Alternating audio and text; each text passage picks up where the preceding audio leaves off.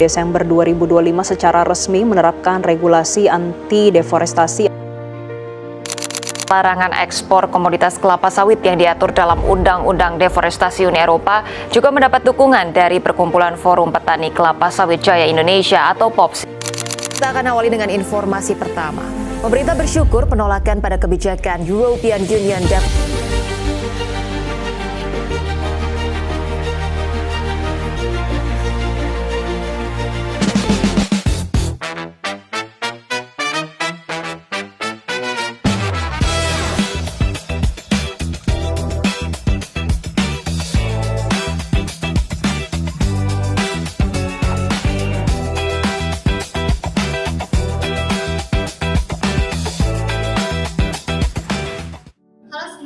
Kami dari kelompok 2 kelas 4C Manajemen STIE Samsera.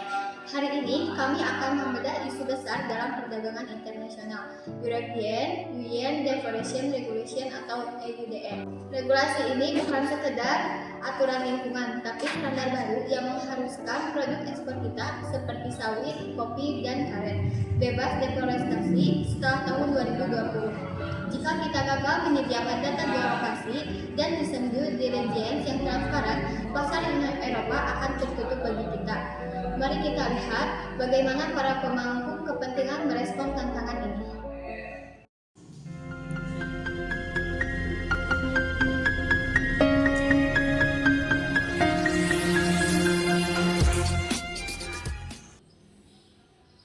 Bu Sela, saya baru saja mendapat laporan dari tim operasional bahwa biaya kepatuhan atau compliance cost untuk sertifikasi baru ini itu sangat tinggi. Kami harus berinvestasi pada teknologi satelit dan audit dari pihak ketiga hanya untuk membuktikan bahwa produk kami itu bersih. Ini menekan margin keuntungan kami dan melemahkan daya saing harga di pasar global. Kami memahami beban tersebut Pak Ardi.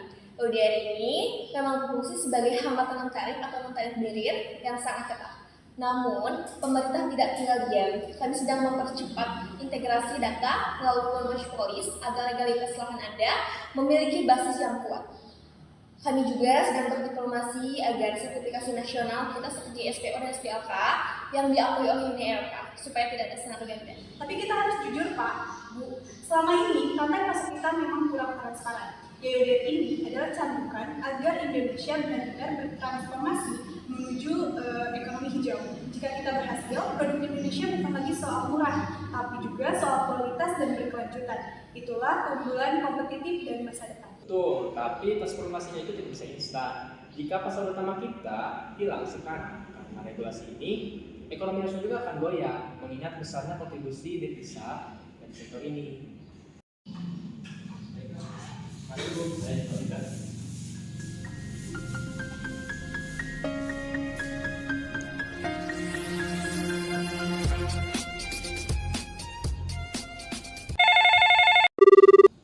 Bu, saya ingin ke sana.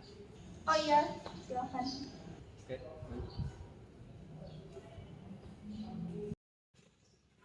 Assalamualaikum Ibu. Waalaikumsalam Pak, ada apa? Ini mau mencari hasil panen kopi. Oh, ini ada sedikit dari hasil tantangan kemarin. Oh. Kopinya kualitas sangat bagus Ibu. Tapi itu ada kebijakan baru dari Eropa. Kita tuh butuh data geolokasi lahan Ibu dan titik koordinat GPS jelas supaya kita bisa gampang mengecek ke kebun. Pak, saya cuma petani kecil, HPG tersebut ini. Mana saya tahu cara akses di koordinat GPS, belum lagi soal celah lahan.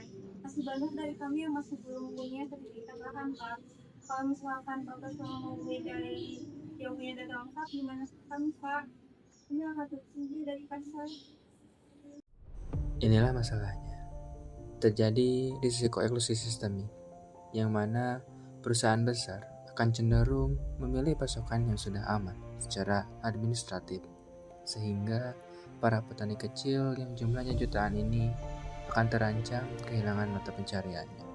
Dari simulasi tadi, kita melihat bahwa EUDR adalah tantangan struktural yang nyata bagi ekspor Indonesia. Dampak negatifnya terasa dalam jangka pendek melalui biaya tinggi dan risiko bagi petani kecil. Rekomendasi kami adalah memperkuat sinergi. Pemerintah harus menyediakan infrastruktur data, sementara eksportir membantu pendampingan teknologi bagi petani. Biarkan kami berjuang sendiri dalam menghadapi standar global ini. Dan kita juga perlu melakukan riset mitigasi pasar ke negara non-Uni Eropa sebagai langkah mitigasi risiko. Akhirnya, keberlanjutan adalah kunci agar Indonesia tetap berdaya saing di kancah internasional. Demikian presentasi video dari kelompok 2. Semoga bermanfaat bagi kita semua dalam memahami dinamika ekonomi internasional. Terima kasih.